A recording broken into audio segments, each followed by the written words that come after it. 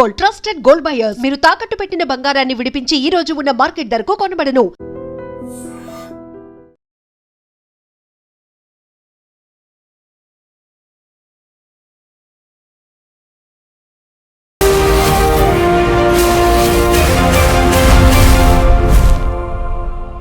నమస్తే, welcome to I dream social spotlight with Kavitha. Make America great again అనే నినాదంతో America అధ్యక్షుడిగా పగ్గాలు చేపట్టినటువంటి డొనాల్డ్ ట్రంప్ అక్కడున్నటువంటి టెక్ సంస్థలకు కూడా దేశభక్తి పెంచుకోవాలని చెప్పారు. అమెరికాలో సబ్సిడీలు తీసుకుంటూనే విదేశాల్లో కంపెనీలు పెడుతున్నారు, ఇండియన్స్ ని హైర్ చేసుకుంటున్నారు. అది కాదు కావాల్సింది, ఫస్ట్ అమెరికన్లకి ప్రాధాన్యత ఇవ్వాలి అని చెప్పారు. యాక్చువల్ గా మన భారతదేశానికి చెందినటువంటి ఉద్యోగుల మీద ఎఫెక్ట్ పడుతుందా, మన వాళ్ళు ఎలా ఆలోచించాలి, తిరిగి భారత్ కి రావాల్సినటువంటి పరిస్థితులు వచ్చాయా? మనతో పాటుగా ఉన్నారు centre for human security studies founder doctor Ramesh Kanneganti గారు. రమేష్ గారు నమస్తే కవిత మేడం గారు.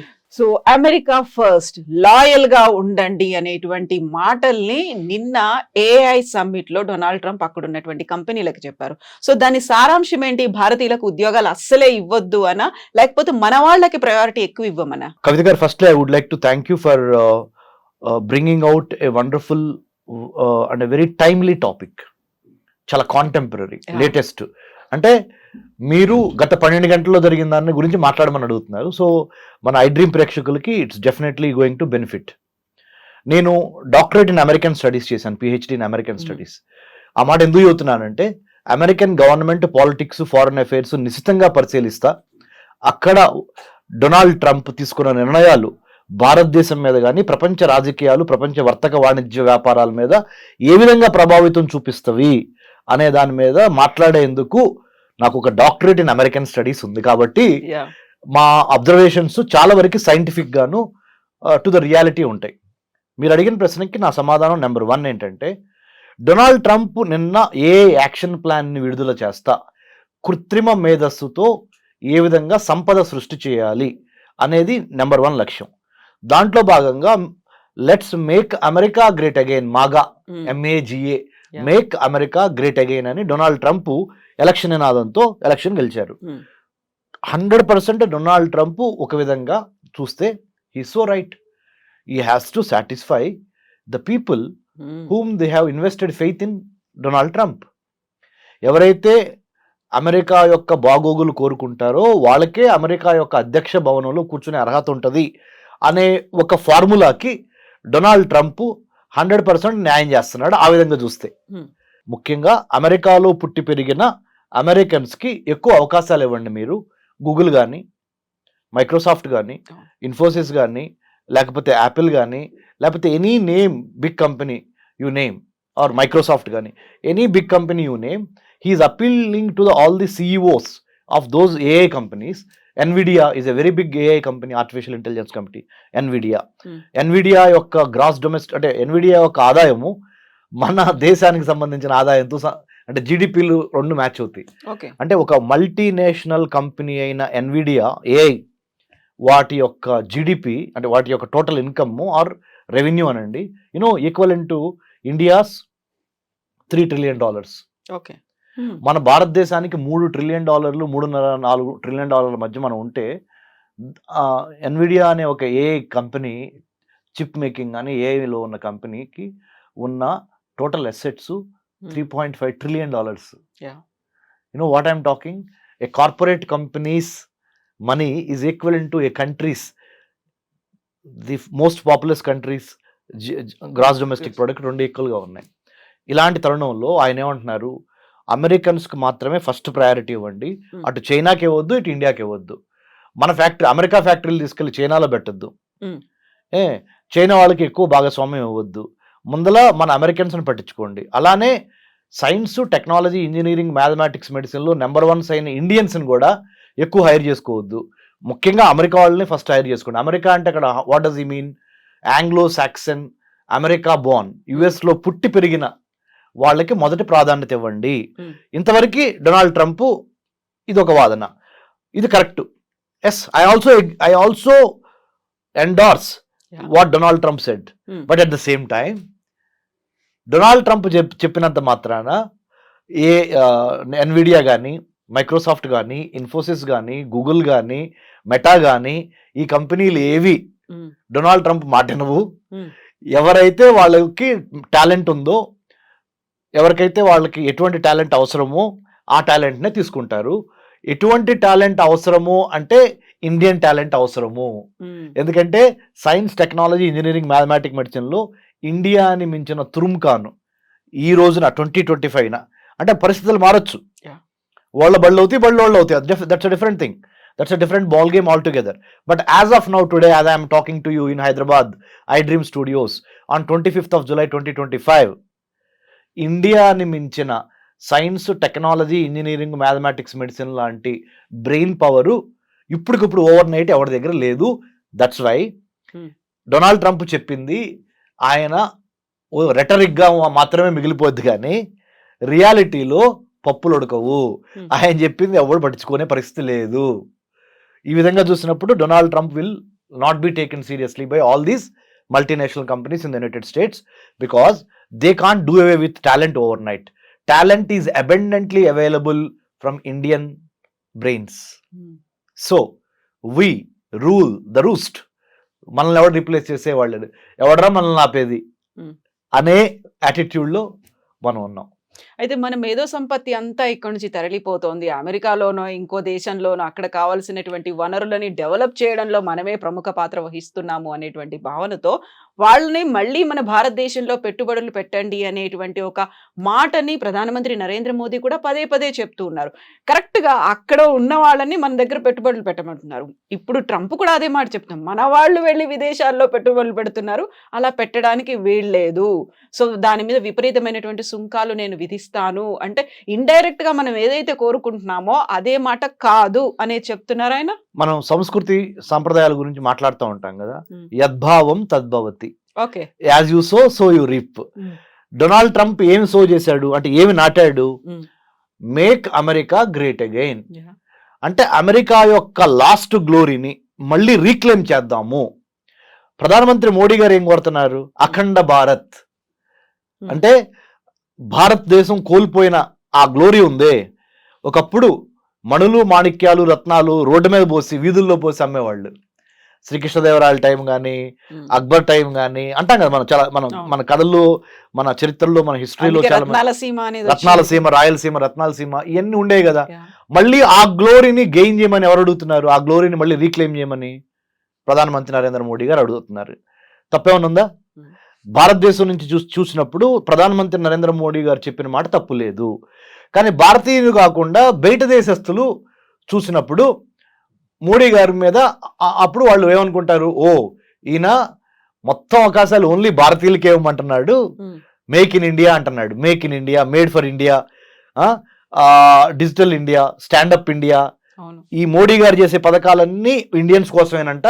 మనం వెల్కమ్ కాదు, ఇది ఫారెన్ టాలెంట్, మనం ఎందుకులో వెళ్తాము, ఆయన మనకి మ్యాచ్ అవ్వదు అని భావన వస్తుంది.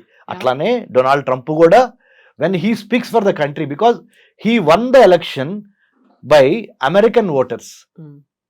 అమెరికా యొక్క ఓటు హక్కును ఉపయోగించుకొని, అమెరికాలో పుట్టి అమెరికాలో పెరిగి ఓటు హక్కు ఉపయోగించుకొని అమెరికా అధ్యక్షుడైన ఆయన ఆబ్వియస్లీ ఫస్ట్ ప్రిఫరెన్స్ అమెరికాకే ఇస్తాడు.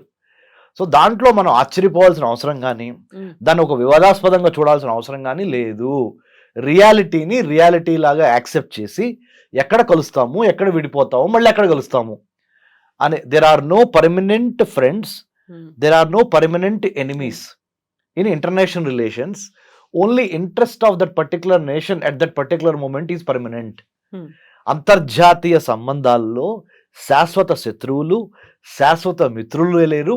ఆ దేశ ప్రయోజనాలే శాశ్వతంగా ఆ దేశాధ్యక్షుడు పనిచేస్తాడు దానికోసం. ఇప్పుడు దేశభక్తి పెంచుకోవాలి, లాయల్ గా ఉండాలి, జాతీయవాదాన్ని పెంచుకోండి అనేది వాళ్ళ స్వార్థంగా చూడాలా, లేకుంటే నిజంగానే అమెరికా ఏదైతే ఆ గ్లోరీని పోగొట్టుకుందో దానికోసం మళ్ళీ మనం చేయాలి? ఇప్పుడు నా టెన్యూర్ లో ఇలా జరగనివ్వను అనే ఒక మాట చాలా గట్టిగా చెప్తున్నారు ఆయన.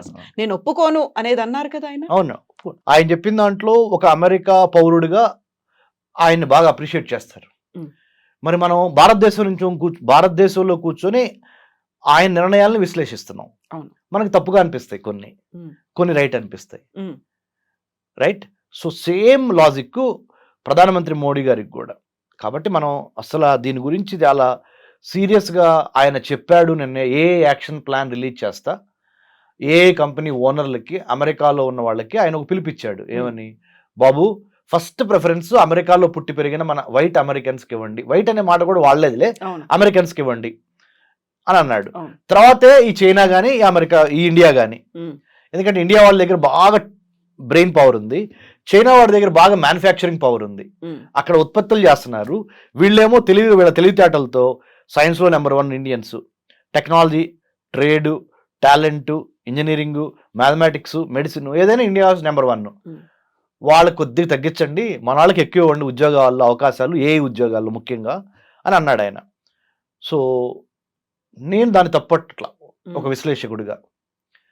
చాలా రియలిస్టిక్గానే మాట్లాడాడు ఆయన. ఆయన దేశం యొక్క పౌరులకి మొదటి స్థానం ఇవ్వమన్నాడు. సో బట్ మనం ఏం చేయాలంటే, మనకి శ్రీరామ రక్ష ఏంటంటే మేడం, మన టాలెంటే, మన నాలెడ్జ్, మన స్కిల్, మన యాటిట్యూడ్. ఈ 3 గుర్తుపెట్టుకోండి. Knowledge, skill, attitude. If you have all 3 in alignment, మన జ్ఞానము, మన నైపుణ్యత, మన దృక్పథము, ఈ 3 కరెక్ట్గా మనము మ్యాచ్ చేయగలిగితే, 3టిని ఒక కోణంలోకి తీసుకురాగలిగితే ఎవడరా మనల్ని ఆపేది? అయితే యాక్చువల్గా దేశభక్తి మితిమీరినటువంటి జాతీయవాదంతో అక్కడ అమెరికా ఒక టాలెంట్ను కోల్పోతోంది అనే ఒక భావన, విశ్లేషణలు కూడా మొదలైపోయాయి కదా, ఏమంటారు? కరెక్టే, టాలెంట్ని అమెరికా కోల్పోతుంది. మీకు ఇంకో మాట చెప్తాను కవిత మేడం, మీరు కూడా చాలా your most educated and well qualified Kavitha garu. మీరు బరాక్ ఒబామా ప్రెసిడెంట్గా ఉన్నప్పుడు, I'm just taking back you to Barack Obama. What did he say? ఏం చెప్పారు తెలుసా? ఒక యూనివర్సిటీ గ్రాడ్యుయేషన్ సెరమనీలో ఆయన చీఫ్ గెస్ట్గా వెళ్ళి ప్రెసిడెంట్గా, ఇండియన్ స్టూడెంట్స్ని చూసి నేర్చుకోండి, వాళ్ళ మ్యాథమెటిక్స్, వాళ్ళ సైన్స్, వాళ్ళ గ్రిప్, వాళ్ళ డిసిప్లిన్, వాళ్ళ dedication, they are becoming number 1 in the whole world. American students are lagging behind in science and technology, mathematics. You got to step up your performance ani American kids ki Barack Obama had given a caveat ante oka rakamaina warning. Otherwise Indian kids will take over. Indian kids will lead the way. They will become the leaders, you have to follow them. So better you catch up ani Barack Obama, the then president of the United States of America, అప్పుడు ఆ American స్టూడెంట్స్కి ఒక graduation సెరమనీలో యూనివర్సిటీలో చెప్పాడు. So what I'm trying to tell is, మన intent అంటే మన ఉద్దేశం, మన కంటెంట్ అంటే మన దగ్గర ఉన్న సబ్జెక్టు, మన క్యారెక్టరు, మన వ్యక్తిత్వం, మన ఇంటెంట్, కంటెంట్ అండ్ క్యారెక్టర్, ఈ 3 మన నాలెడ్జ్, మన స్కిల్, మన యాటిట్యూడ్, ఈ 6 పాయింట్స్ నెంబర్ 1గా భారతదేశాన్ని రానున్న రోజుల్లో కూడా దిగ్విజయంగా నిలబెట్టగలిగిన సత్తా ఈ 6 పాయింట్స్కి మాత్రమే ఉంది. Better we follow these 6 points are 6 themes. We should have the knowledge, skill and good attitude. We should have the right kind of intent అంటే ఉద్దేశం, రైట్ కైండ్ ఆఫ్ కంటెంట్ అంటే subject, right kind of character అంటే వ్యక్తిత్వం. ఈ alignment జరిగినప్పుడు ప్రపంచంలో, విశ్వంలో ఉన్న పంచభూతాలు మొత్తం మనకు సహకరించి భారత్ని నెంబర్ 1గా తీసుకెళ్తవి. భారత్ అంటే ఒక చిన్న అబ్రివేషన్ చెప్తాను మేడం, ఎందుకంటే మన ఐ డ్రీమ్ ప్రేక్షకులు చాలా స్మార్ట్గా మన ఇంటర్వ్యూని అప్రిషియేట్ చేయాలంటే చెప్పనా మేడం? భారత్, BHARAT. భారత్ అంటే building a harmonious and audacious Raj to advance technology, to advance trade, to advance tourism, to advance talent, and to decimate, destroy terrorism. Zero tolerance towards terrorism. అంటే building a harmonious and audacious, అంటే harmonious అంటే అందరితో కలిసి పనిచేయాలి, audacious అంటే ధైర్యంగా ఉండాలి. Building a harmonious and audacious Raj అంటే తెలుసు కదా, రాజ్యము. రాజ్య నిర్మాణం ఎలా జరగాలంటే అందరిని కలుపుకొని పోవాలి, బట్ ధైర్యంగా ఉండాలి. ఆ రాజ్య నిర్మాణం దేనికోసం జరుగుతుంది? టు అడ్వాన్స్ వర్తకం, ట్రేడ్, ప్రతిభ, పాండిత్యం, పర్యావరణం అండ్ పర్యాటకం, Yeah. అండ్ టు స్టాప్ ఉగ్రవాదం. అది భారత్ అంటే నా అబ్రివేషన్. బాగుంది, చాలా బాగుంది. ఇప్పుడు మనం భారత్ గురించి మాట్లాడుకున్నప్పుడు నిన్న ట్రంప్ ఇంకొక మాట అన్నాడు, గ్లోబలైజేషన్ ని చాలా ఎక్కువగా మిస్యూజ్ చేస్తున్నట్టున్నారు, అది రాడికల్ గ్లోబలైజేషన్ లాగా మారిపోయింది, కొంచెం అలా ఆలోచించడం మానేయండి, మన కోసం, మన అమెరికన్స్ కోసం absolutely. ఆలోచించండి. I want to thank you. You know what? Again, you pulled me back to the second core principle of what Trump spoke. మీ యొక్క టాలెంట్ బయటపడుతుంది మేడం, యాజ్ ఎ యాంకర్ గా, యాజ్ ఎ హోస్ట్ గా. Thank you. Seriously, first point ఏమో ఆయన మాట్లాడింది చెప్పారు. Second point మీరు ఏం చెప్పారు? ఆయన స్పీచ్ లో రెండో అంశం. మొదటి పాయింట్ ఏంటి? ఏఐ యాక్షన్ ప్లాన్ లో ఆయన రిలీజ్ చేస్తా Hmm. ఏఐ కంపెనీలకి ఆయన ఒక మెసేజ్ చెప్పాడు, give more opportunities to local Americans Yeah. Rather than the Chinese or Indians. Second point ఏం చెప్పారు? రాడికల్ గ్లోబలైజేషన్ లో భాగంగా మనం ఎక్కువగా బయటికి చూస్తున్నాము, Hmm. ఉన్న వాళ్ళని అయిన వాళ్ళకేమో ఆకుల్లో పెడుతున్నాము, కాని వాళ్ళకేమో కంచాల్లో పెడుతున్నాం. ఎలా ఉంది నా తెలుగు? బాగుంది, బాగుందా? చాలా బాగుంది. అయిన వాళ్ళకేమో ఆకుల్లో పెడుతున్నాం, కాని వాళ్ళకేమో కంచాల్లో పెడుతున్నాం. అంటే ఆయన ఉద్దేశం ఏంటంటే, అయిన వాళ్ళు ఎవరు ఇక్కడ? ఆయన ఉద్దేశం ప్రకారం Americans. అమెరికాలో పుట్టి పెరిగిన లోకల్ అమెరికన్స్, వాళ్ళకేమో ఆకులేసి పెడుతున్నాం, ఇస్త్రాకులు, అవి కూడా చిరిగిన ఇస్త్రాకులు. కాని వాళ్ళు ఎవరు అంటే ఇటు అమెరికా, ఇటు చైనా వాళ్ళు, ఇటు ఇండియా వాళ్ళు, మన వాళ్ళు కాదు. అంటే ఆయన ఉద్దేశం అమెరికా ప్రాస్పెక్టివ్ ప్రకారం. వాళ్ళకేమో కంచాల్లో పెడుతున్నాం, అంటే మంచి మంచి వెండి పళ్ళలో వాళ్ళకి భోజనం పెడుతున్నాం. In other words, you are doling out millions of dollars worth of projects on artificial intelligence, blockchain, IOT, big data, 5G, 6G or metaverse in the form of big projects. You are doling out to either Chinese or Indians. Don't do that. That's a strategic mistake. వ్యూహాత్మకంగా long term లో అమెరికాలో చాలా నిరుద్యోగం పెరుగుద్ది, అశాంతి వచ్చింది. కాబట్టి దయచేసి అమెరికాలో ఉన్న అమెరికన్స్ కి ఫస్ట్ అవకాశాలు ఇవ్వండి అని ట్రంప్ ఈ రాడికల్ గ్లోబలైజేషన్ కి అగేన్స్ట్ గా అన్నాడు. అంటే ఏంటి రాడికల్ గ్లోబలైజేషన్ అంటే? గ్లోబలైజేషన్ అంటే అర్థం ఏంటి? ప్రపంచీకరణ. ప్రపంచీకరణ అర్థం అంటే ఏంటి? ఎక్కువ టాలెంట్ ఎక్కడ ఉంటే వాళ్ళని పిలిచి వాడుకోవటం, వాళ్ళతో వ్యాపారం చేయటం, గేట్లే ఉండవు. రాడికల్ గ్లోబలైజేషన్ అనే మాట ఎందుకు వాడాడంటే, శృతి మించి మరీ ఎక్కువగా మీరు ప్రపంచానికి సంబంధించిన వాళ్ళందరినీ పిలుస్తున్నారు, మన వాళ్ళని తప్పితే, అంటే అమెరికన్స్ తప్పితే. సో ఆ రాడికల్ గ్లోబలైజేషన్ అంతొద్దు, లోకల్స్ని బాగా ఎక్కువ అవకాశాలు ఇవ్వండి, లేకపోతే మళ్ళీ నేను ఎలక్షన్ రిపబ్లికన్ పార్టీ ఎలక్షన్ గెలవదని ఇండైరెక్ట్ గా చెబుతున్నాడు. ఎందుకంటే ఈయన ఎదురు గెలవలేడు, ఓన్లీ టూ టర్మ్స్ అయిపోయినాయి కదా. మళ్ళీ ఇంకోటి ఏంటి, ఈయనకు ఒక మొగుడు తయారయ్యాడు. ఆ మొగుడు ఎవరు? Elon Musk. అమెరికా అనే ఒక పార్టీ పెట్టి ఛాలెంజ్ చేస్తున్నాడు.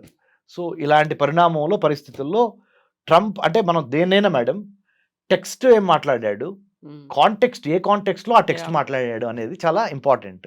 ఆ కాంటెక్స్ట్ ఏంటి?